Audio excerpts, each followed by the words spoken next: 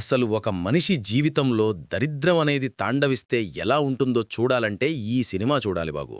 ఆ దరిద్రానికి కూడా ఒక బ్రాండ్ అంబాసిడర్లా ఉన్నాడు మన సిద్ధార్థ్ గాడు. అరే నందు, ఏంట్రా యాక్టింగ్?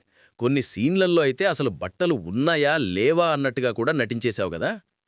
హలో ఫ్రెండ్స్, ఇప్పుడే నందు సైకో సిద్ధార్థ సినిమా చూసి వస్తున్నా. నిజం చెప్పాలంటే మైండ్ కొంచెం మొద్దుబారిపోయింది.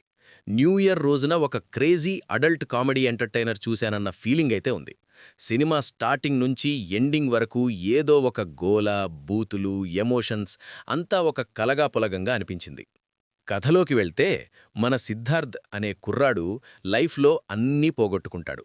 ప్రేమించిన త్రిష, ప్రియాంక, రెబెకా తనని నట్టేట ముంచేసి వేరేవాడితో వెళ్ళిపోతుంది. పైగా 2 కోట్లు లాస్. చేసేదేం లేక ఒక బస్తీలో రెంటుకు దిగుతాడు. అక్కడ తనకి శ్రావ్య అనే సింగిల్ మదర్ పరిచయం అవుతుంది.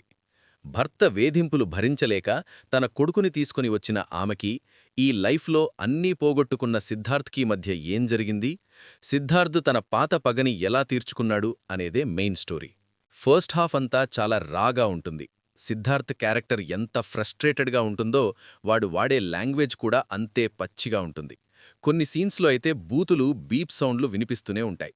ఇంటర్వెల్ వరకు సినిమా ఫుల్ ఎనర్జీతో వెళ్తుంది. సెకండ్ హాఫ్లో కథ కొంచెం ట్రాక్ మారుతుంది. శ్రావ్య పరిచయం తర్వాత సిద్ధార్థ్లో వచ్చే మార్పుని కొంచెం ఎమోషనల్గా చూపించారు. ఇక్కడే సినిమా కొంచెం స్లో అయినట్టు అనిపించినా క్లైమాక్స్లో వచ్చే ఆ ట్విస్ట్ అండ్ ఎమోషన్ మాత్రం బాగా వర్కౌట్ అయింది. గౌతమ బుద్ధుడికి రావి చెట్టు కింద జ్ఞానోదయం అయితే, ఈ సిద్ధార్థుడికి ఒక అమ్మాయి వల్ల జ్ఞానోదయం అవుతుందన్నమాట. నందు పర్ఫార్మెన్స్ గురించి చెప్పక్కర్లేదు. తను ఈ సినిమా కోసం చాలా కష్టపడ్డాడని ప్రతి సీన్లో కనిపిస్తుంది. యామిని భాస్కర్ తన పాత్రలో చాలా హుందాగా నటించింది. ఆ చిన్నపిల్లాడు కూడా బాగా చేశాడు. డైరెక్టర్ వరుణ్ రెడ్డి విజన్ కొత్తగా ఉందిగాని స్క్రీన్ ప్లే ఇంకొంచెం గ్రిప్పింగ్గా ఉంటే బాగుండేది.